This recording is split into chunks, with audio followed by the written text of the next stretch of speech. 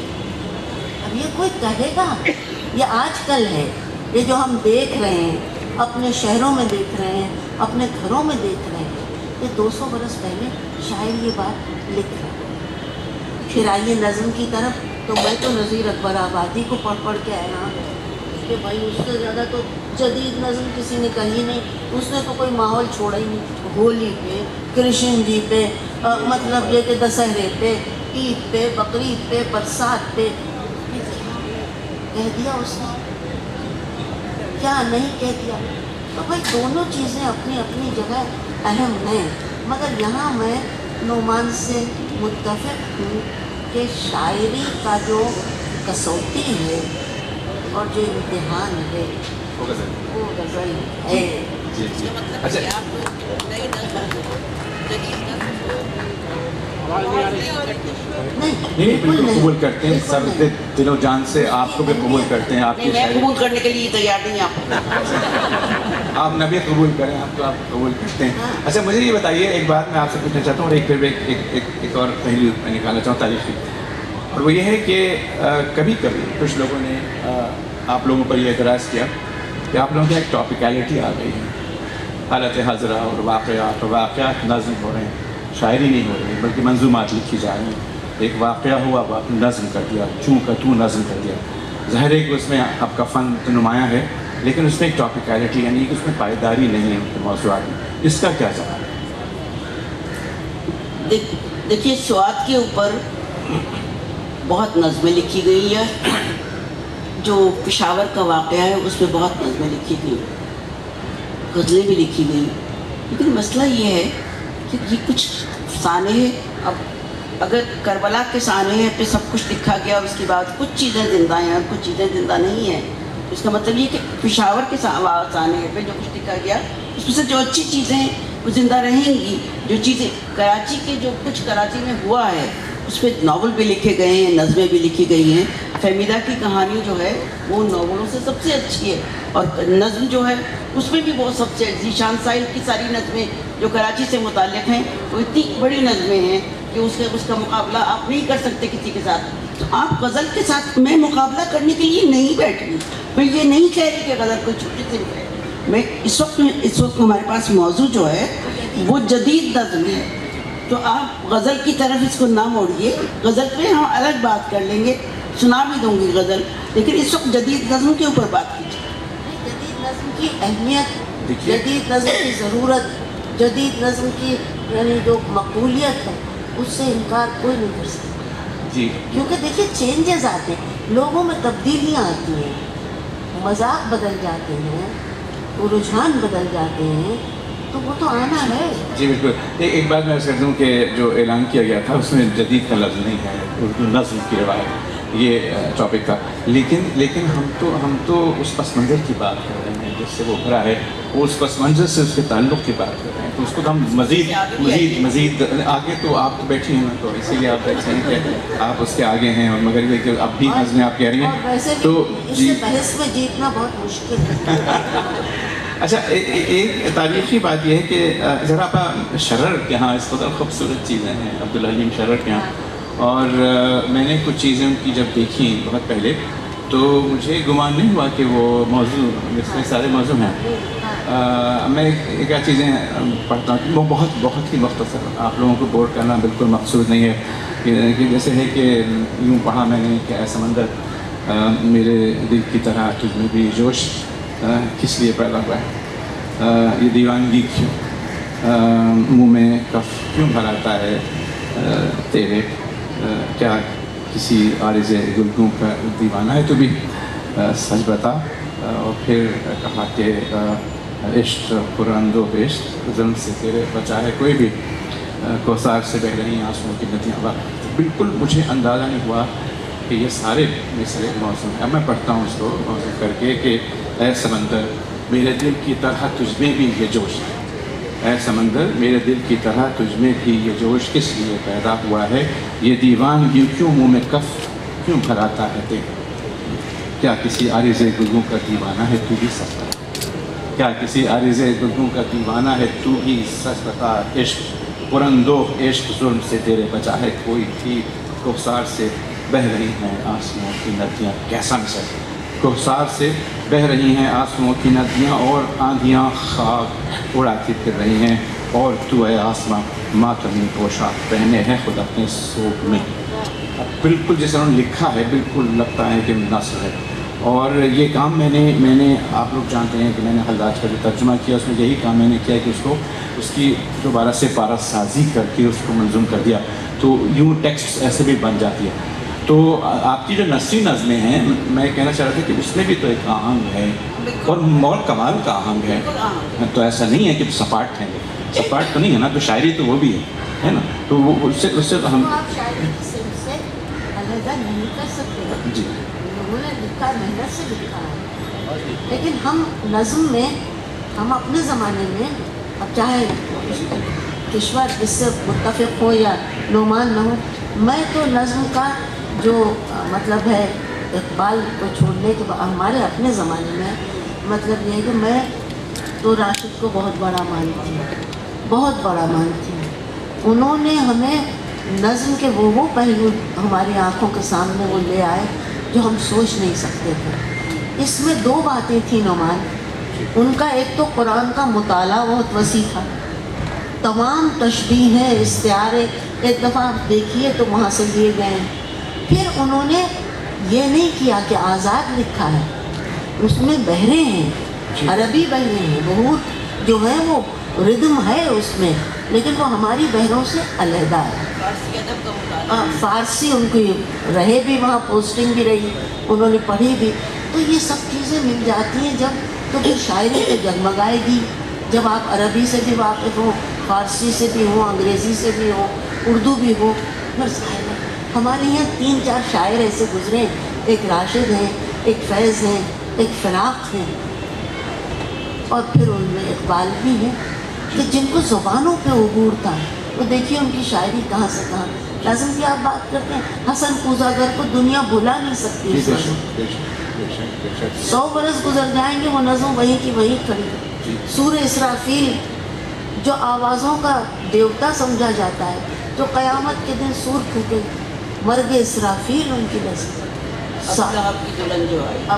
ابو لہب کی دلہن, کیا ایک اجل ان سے مل, کیا انٹروڈکشن, مل کہ یہ سادہ دل فلاں نہ اہل کتاب. ایک کوئی انتہا ہے. حسن کو کیا وہ اس میں وہ منظر دیکھیے آپ, حسن قوزاگر میں کتنے منظر اس نظم میں اس نے دکھا دیے. جب اس کی بیوی پریشان ہے کہ اس کی کریٹو سینس سب ختم ہو گئی, اس کے کوزے بے جان ہو گئے, تو وہ کہتی, وہ شانوں سے مجھ کو ہلاتی, وہ کہتی حسن اپنے دیواروں در پر نظر کر, یہ بچوں کے تنور کیسے بھریں گے. حسن یہ محبت امیروں کی بازی, یہاں بند ختم ہوتا ہے. حسن یہ محبت امیروں کی بازی. تو وہ یہ نظمیں جو ہیں جو ہمیں ملی ہیں اپنے ہمسروں سے, یہ ہمیں بہت کچھ دکھا سکتی ہیں, سجھا سکتی ہیں, بنا سکتی ہیں بہت کچھ. ہمارے دل میں انسانیت کی لو جگا سکتی ہیں. ادب جو ہے وہ صرف اس لیے نہیں ہے کہ آپ اسے پڑھیں, ادب تو آپ کی زندگی کو ہاتھ کہاں سے کہاں پہنچا سکتا ہے. میں جب جاتی ہوں کبھی کسی جگہ, ایک لڑکا مجھ سے پوچھتا ہے کہ میں تو الیکٹرانک انجینئرنگ پڑھ رہا ہوں, کہاں سے آئے ہو بیٹا؟ سکھر سے آیا ہوں. میں نے کہا اچھا تم شاہ لطیف کا نام جانتے ہو؟ وہ کون ہے؟ میں نے کہا میں نہیں, مر گئے. اچھا, تو میں نے کہا شیخ ایاز تو تم کا نام تو سنا ہوگا, وہ تو ہمارے نہیں جی, ان کا بھی نہیں سنا. یہ بدنصیبی ہے. یہ بدنصیبی.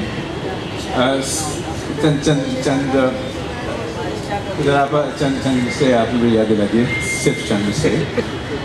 غزال شب, غزال شب تیری پیاس کیسے بجھاؤں.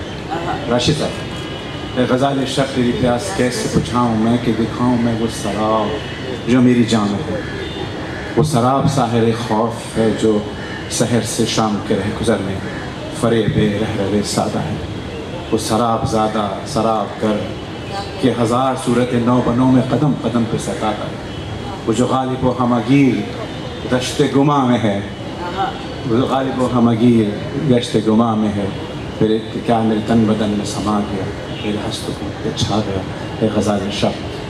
آج یہ زمانہ ہے ہی اس کا، اور اس میں میں تو اس کو بڑھاوا کہتا ہوں نا، غزل کے دامن کی وسعت ہے یہ، کیونکہ کھیل تو وہی استعاروں کا ہے نا، تکثیریت کا ہے۔ اچھا ایک بات جو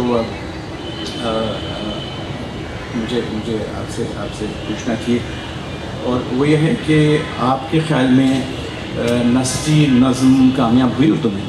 بہت عرصہ بہت حد تک، بلکہ یہ کہ اتنے تراجم ہوئے ہیں اس کے انگریزی میں اور دوسری دنیا میں، آسان تھا نا ترجمہ اس کا۔ ہندی میں اور فارسی میں بھی ہوئے ہیں، افتخارات میں تراجم کی بھی کتاب بیچی ہے۔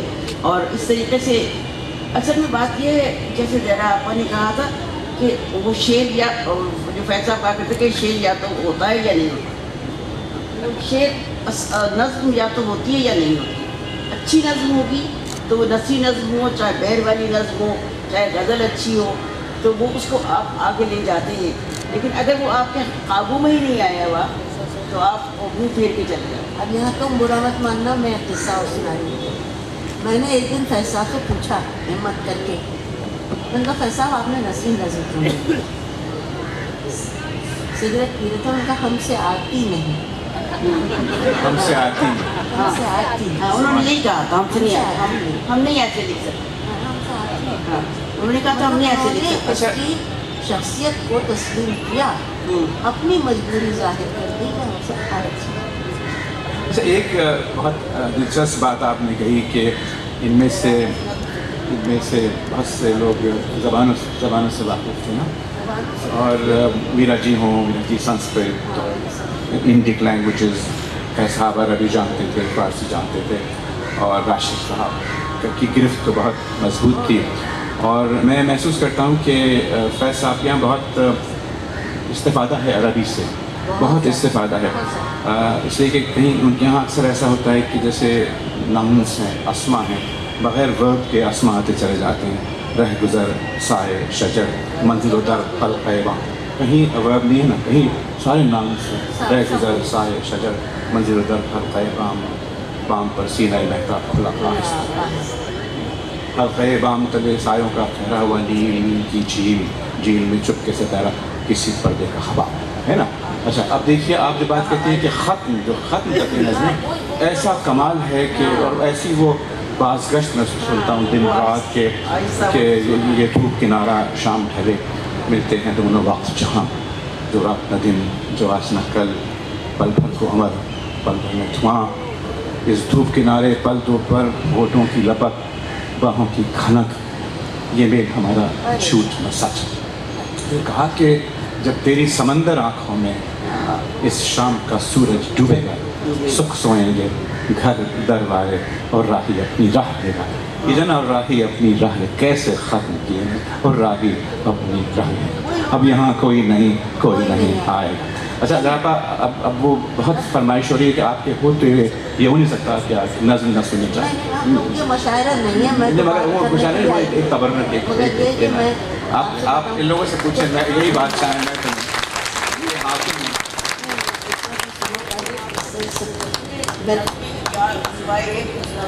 وہی سناؤ، وہی سناؤ، وہ سنا دیجیے۔ اس کی تاریخ بہت ہے کہ وہ اس زمانے میں کہیں انہوں نے وہ نظم، جب ضیاء الحق صاحب کا زمانہ، جب ہم پہ دور زرعی لاٹھیاں برسی تھیں، جب ہم پہ لاٹھیاں برسی تھیں، اور چھت سے کچھ برستا تھا، چھت پہ چوہے گرتے تھے، وہ تو دفتر میں تھے، وہ دفتر ایسا تھا جس میں چھت سے چوہے گرتے تھے۔ یہ نظم تو سن 83 کی ہے کہ جب ہم لوگوں 250 عورتیں جلوس نکال رہی تھیں، تو ابھی آگے حبیب جالب نے نظم پڑھی، اور اس کے بعد ہم نے آگے چلنا تھا۔ اس بعد ہمیں ہوش نہیں رہا، کیونکہ کسی کا دوپٹہ کہیں تھا، کسی کی چادر کہیں تھی، کسی کی چپل کہیں تھی، کیونکہ اتنی لاٹھیاں پڑی کہ ہم میں سے آدھی جو تھی وہ ہسپتال میں تھی، اور ہم میں سے آدھی جو تھی وہ جیل میں تھی۔ یہ تو آج کا واقعہ ہو گیا. اگلے دن کیا ہوتا ہے کہ اگلے دن عورتوں کے جلوس پہ تشدد، اتنی سی خبر. دوسری خبر، جو لوگ خواتین اس جلوس میں شریک ہوئیں ان کے نکاح فسخ ہو گئے. تو ہم نے اپنے شوہروں سے کہا کہ چلو تم تو آزاد ہوئے. لیکن اس سے اگلے دن اعتزاز اور آسمہ نے کہا کہ ہم ایک گفتگو کریں گے اور تم نظم لکھو، اور مجھے کمرے میں بند کر دیا. تو پھر میں نے نظم لکھی اور وہ سب کو یاد ہو گئی. یہ ہم گناہ گار عورتیں ہیں جو اہل جبہ کی تمکنت سے نہ روک کھائیں، نہ جان بیچیں، نہ سر چکائیں، نہ ہاتھ جوڑیں. یہ ہم گناہ گار عورتیں ہیں کہ جن کے جسموں کی فصل بیچیں جو لوگ وہ سرفراز ٹھہرے، نیابت امتیاز ٹھہرے، وہ داور اہل ساز ٹھہرے. یہ ہم گناہ گار عورتیں ہیں کہ سچ کا پرچم اٹھا کے نکلیں تو جھوٹ سے اشارائیں آٹی ملے ہیں. جو بول سکتی تھی وہ زبانیں کٹی ملے ہیں. ہر ایک دہلیز پہ سزاؤں کی داستانیں رکھی ملے ہیں. یہ ہم گناہ گار عورتیں ہیں کہ اب تعاقب میں رات بھی آئے تو یہ آنکھیں نہیں بجھیں گی کہ اب جو دیوار گر چکی ہے اسے اٹھانے کی ضد نہ کرنا. یہ ہم گناہ گار عورتیں ہیں جو اہل جبہ کی تمکنت سے نہ روب کھائیں، نہ جان بیچیں، نہ سر چکائیں، نہ ہاتھ جوڑیں. واہ واہ واہ، بہت اچھا. ہمارے پاس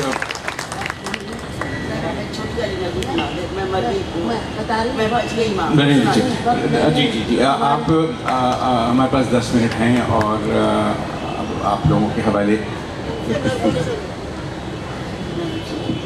دیکھیے میں آپ کو 5 مصروں کی ایک نظم سنا دیتی ہوں. ہمارے بہت اچھے دوست تھے انتظار صاحب، اب وہ نہیں ہے ہمارے ساتھ، لیکن انہوں نے مجھ سے کوئی 3-4 دفعہ یہ نظم سنی اور اس کے بعد یہ کہا وہ یہ نظم وظم نہیں ہے آپ کی، یہ ایک کہانی ہے. اس کا نام ہے سمجھوتا. یہ جو میرے ساتھ میں میری بہن بیٹھی ہیں، انہوں نے مجھے بتایا تھا کہ ان کی ماں کو بھی یہ نظم پسند. ملائم گرم سمجھوتے کی چادر، یہ چادر میں نے برسوں میں بنی ہے. ملائم گرم سمجھوتے کی چادر، یہ چادر میں نے برسوں میں بنی ہے. کہیں بھی سچ کے گل بوٹے نہیں ہیں اور کسی بھی جھوٹ کا ٹانکا نہیں. اسی سے میں بھی تن ڈھک لوں گی اپنا اور اسی سے تم بھی آسودہ رہو گے. نہ خوش ہوگے نہ پشمردہ رہو گے. اسی کو تان کر بن جائے گا گھر، بچھا لیں گے تو کھل اٹھے گا آنگن، اور پکڑ لیں گے تو گر جائے گی چلمن. ملائم گرم سمجھوتے کی چادر، یہ چادر میں نے برسوں میں بنی.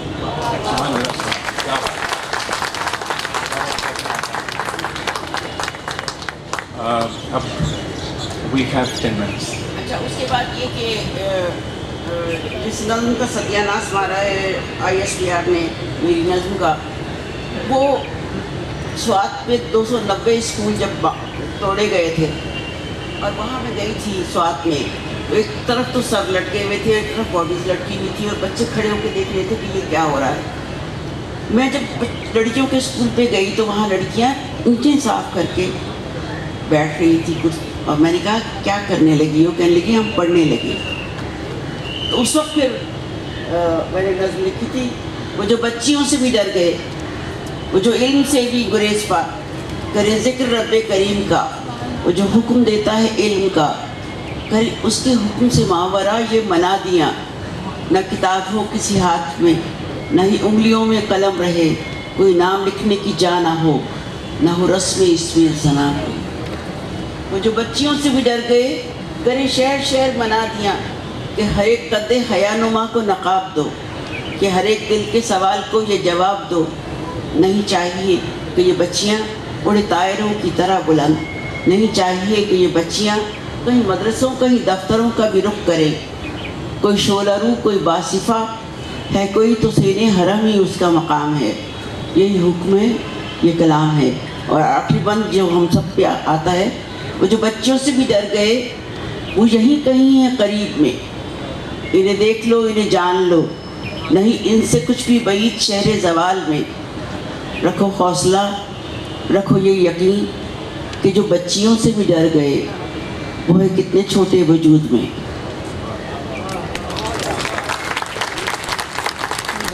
میں بے حد شکر گزار ہوں کشور آپا کا کہ وہ اینڈ وقت پہ سنبھال لیا انہوں نے آ کے اس سیشن کو. زہرا آپا کی موجودگی سے مجھے ایک سہارا ہو جاتا ہے، اور ماشاء اللہ اتنی بڑی شخصیت ہے ان کی، اور اس طرح سے ایسا پریزنس ہے لیکن حضور، کیفیت حضور. تو اب ہم اس کو ختم کرتے ہیں. میں بہت آپ کا شکریہ.